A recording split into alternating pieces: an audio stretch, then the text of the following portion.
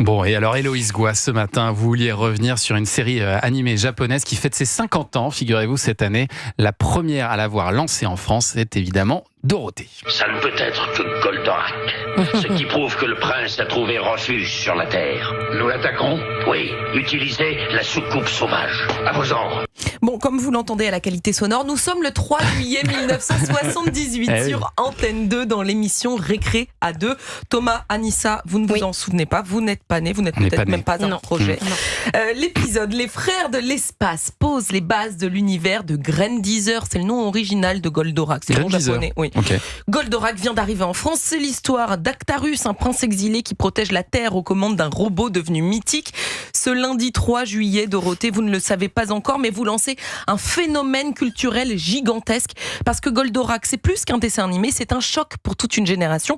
Je l'ai vérifié dans les couloirs d'Europe 1. Pour moi, Goldorak, c'est vraiment une Madeleine de Proust, avec des couleurs pétantes comme ça, avec une animation incroyable, avec des personnages plus grands que nature. C'était pas la même chose que les dessins animés de Disney, c'était vraiment du jamais vu pour nous quand on était gamin. En fait, en tant que petit garçon, tu te disais, mais moi aussi, je peux aller dans la machine Goldorak et devenir super puissant. Alors, le dessin animé, avec le recul, c'était pas super joli, mais aujourd'hui, revoir un dessin de Gonagai, le dessinateur de Goldorak, ça m'émeut presque autant à l'époque que quand Dorothée elle chantait, elle dansait. Ça m'émeut pareil.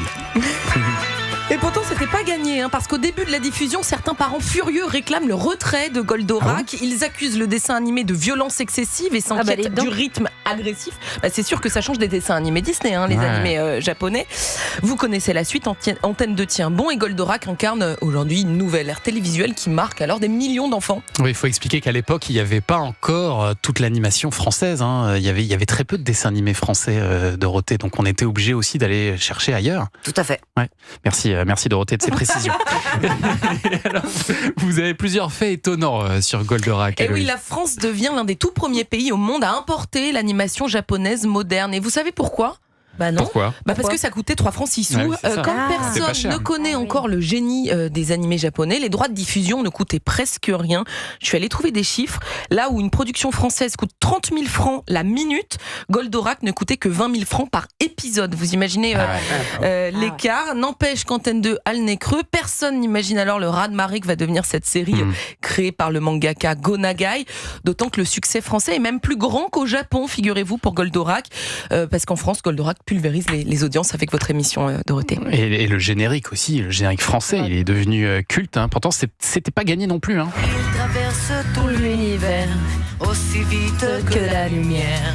Qui est-il ? D'où vient-il ? Formidable robot des temps nouveaux.